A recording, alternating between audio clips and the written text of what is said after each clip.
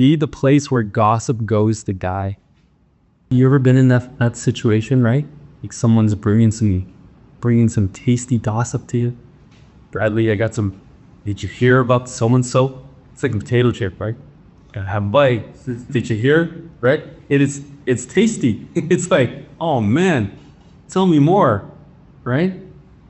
And so, what if instead of taking that bite of that chip, as tempting as it is, that you become the place where it does, right? Hey, that has nothing to do with me. I don't want how I hear about it. Right? I'll go through some strategies on how to help go there versus the place where gossip thrives.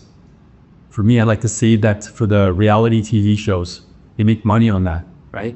I getting paid to participate in gossip.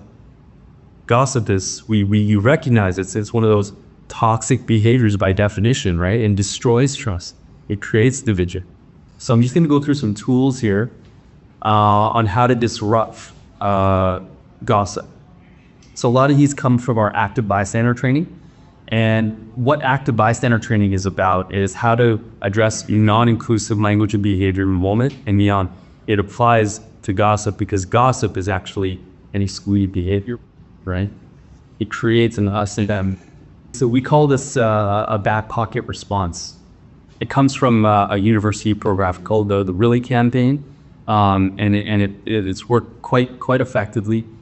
But there's a couple ways to go about it. So if I look at the word really, right? Let's say, for example, sorry, what's your name? Chris. Chris. Okay, so let's say, Chris, you're spilling some tea. Okay, so the young kids, they call these things tea. Spill the tea. You got some tea for me? Okay, so just role play with me for a second. That guy can kill somebody. Oh, there you go. There you go. Nice. Okay. So check this out. I go. Really? Yeah.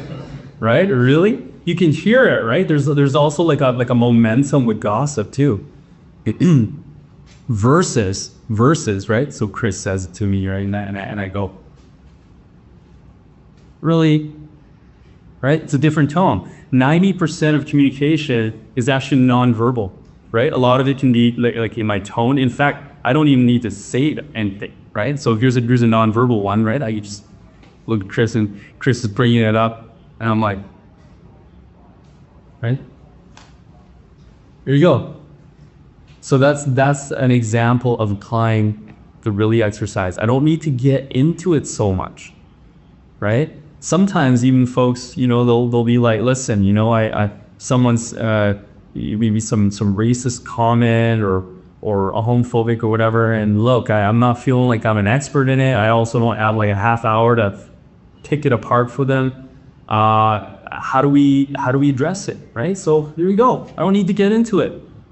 It's clean and simple. I'm just disrupting it. I'm disrupting the momentum, the energy of it. I don't need to get into it. Really?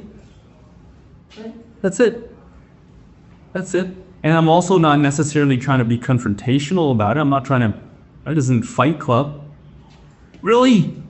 I don't have to do that, right? It's just like, hey, come on.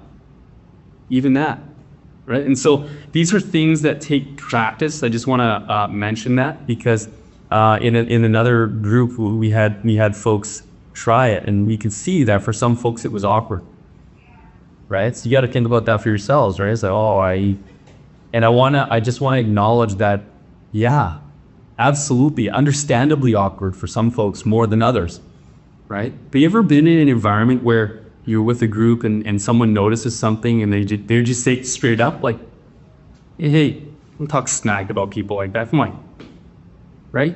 It's like strength in that. It's power in that. But that's the thing, it's practice. Oftentimes, those individuals that are able to do that, they've been in enough environments where they're just like, I've had enough of that. I don't know. Maybe they get an older sibling, right? But these are things that, again, in order to get good at something like that, practice it. I encourage you to it could be kind of like a running, I don't know, joke here, right? Hey, I'm going to McDonald's later. You wouldn't want to join? Really?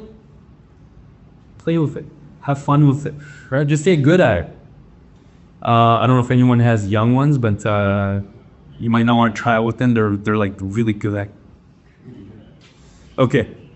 So here's another back pocket response. This is a script, okay, that you could take with you. So let's say Jess brings something to me, right? I'll just sit and go, yeah, I've heard that before. Hasn't been my experience. I have to disagree. I don't need to get into it so much, right? It's just plain and simple. I stated my position on it. Hasn't been my experience. What am I doing there? I'm upholding the other person as well. The nature of gossip, we got to understand, is dehumanizing, right? I'm literally talking about someone behind their back. They're not here to defend themselves. I'm othering them in that dialogue, right? And so this is like an act of allyship. It's just like, hey, you know what? Yeah, I'm acknowledging, yeah, I've read that story, but it hasn't been my experience. I have to disagree. That's it. Moving on, right? I'm curious, are you seeing it at all? And what's nice about this one is it puts you into a position of curiosity, and it actually can be a teaching moment for the other person, right? I'm curious, are you saying that just because someone has an accent, they can't set the shovel? Come on, right? Gossiping about someone just because they had accent, blah, blah, blah. I can't do the job. Okay. Curiosity in that, because it questions the validity of their story, right? We need to get better at this one too. This is about really acknowledging the impact of gossip, right? It's like you might not be the receiver of it, but even just being in a room when someone is gossiping about, let's say, someone else, colleague of yours, that you get to the place where you're like, hey, you know what? I'm surprised he said that. I'll be honest. I think it's kind of hurtful. I don't think so and so deserves that, right? And you get good at that. You got to practice that. And there is a bit of emotional risk. It can feel a bit awkward, but imagine that, right? We're in this environment where I'm able to be upfront with you. Hey, Bradley, you know what? I know it was probably not your intention, but I think what you were saying, I think probably caused so and so some difficulty. They're probably not feeling really safe around us, And what's great about being able to have that dialogue is now there's clarity, right? Hey, you have a choice point, basically. Someone's bringing that up to you. You have a choice point. You can either go, you're being also sensitive. I'm just joking, right? That's one way. And what's that protecting? It's that protecting ultimately, right? My ego. I don't want to take that feedback. That's on you. I'm not going to take responsibility for my impact. The other is, hey, you know what? I didn't consider that. Appreciate you bringing that out. Because, yeah, I was just trying to have some humor. That's all. Yeah, I know you were. We could do better. That's it, right? Moving on.